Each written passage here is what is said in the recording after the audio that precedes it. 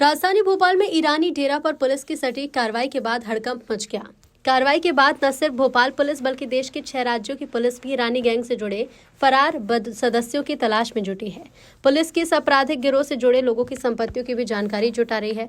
अधिकारियों के मुताबिक ईरानी गैंग पर की गई कार्रवाई से स्थानीय स्तर पर चेन स्नेचिंग और छोटी मोटी आपराधिक घटनाओं पर नियंत्रण देखने को मिला है। जांच में सामने आया है कि गिरोह सिर्फ भोपाल ही नहीं बल्कि अन्य राज्यों में भी आपराधिक घटनाओं को अंजाम दे चुका है। इसी के चलते अलग अलग राज्यों में इस गैंग के सदस्यों के खिलाफ वारंट जारी किए गए।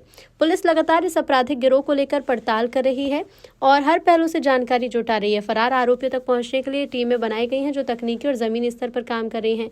पुलिस का कहना है कि जैसे जैसे नई जानकारी सामने आएगी उस आधार पर जीरो टॉलरेंस की नीति के तहत कार्रवाई होगी।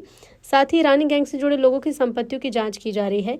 यदि जांच में संपत्तियों में किसी तरह की विसंगति होगी या वो प्रामाणिक स्रोतों से अर्जित नहीं पाई जाती तो उन पर भी कानूनी कार्रवाई होगी। पुलिस अधिकारियों का स्पष्ट कहना है कि संगठित अपराध के खिलाफ अभियान जारी रहेगा और किसी भी अपराधी को बख्शा नहीं जाएगा।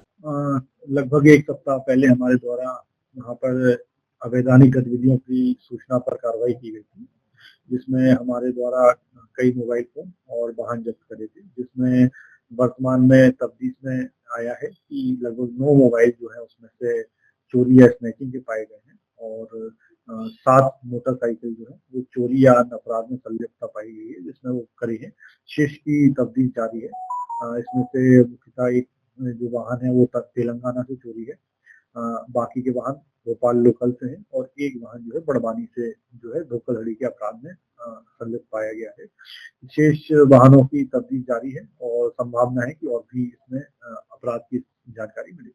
तो अभी तक इसमें कितनों गिरफ्तार किया होगा, कितनों की बात है? अभी तक इसमें हमने जो प्रथम दस्तिया करे थे 32 लोगों की गिरफ्तारी करी थी। इसमें से अभी 2 हमारे आरोपी हैं जो फरार हैं, जिनकी संलिप्तता अपराध में आ रही है, जिसकी मुख्य रूप से मोबाइल फोन के सौदागर के रूप में चोरी के मोबाइल फोन के लेने या उसको खरीदने के संबंध में उनके घर से जब्त हुई थी। इसमें तो राजू ईरानी का भी नाम इसमें आ रहा है।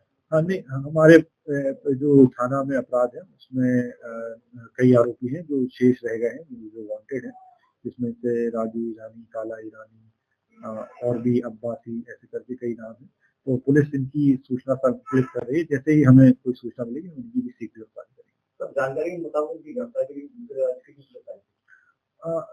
ये जो है इनके जो मेन मॉडस ऑपरेंडी है वो यही है कि जो लोकल थाना क्षेत्र है और लोकल जिला है उसको छोड़कर अन्य थानों में डायरेक्टली अपराध में इन्वॉल्व होते हैं। जो लोकल के थाना उसमें डायरेक्टली अपराध में इन्वॉल्व नहीं होते हैं, ज्यादातर केसेस में ऐसा देखा गया है। तो उस संबंध में से कई राज्यों की पुलिस है उनको संपर्क कर रहे हैं। हमने इसके संबंध में एक रेडियो मैसेज भी कम्युनिकेट किया है, जिसमें हमें कुछ जानकारी मिल रही है और जैसे जैसे जानकारी आती है हम उनके साथ सहायता प्रदान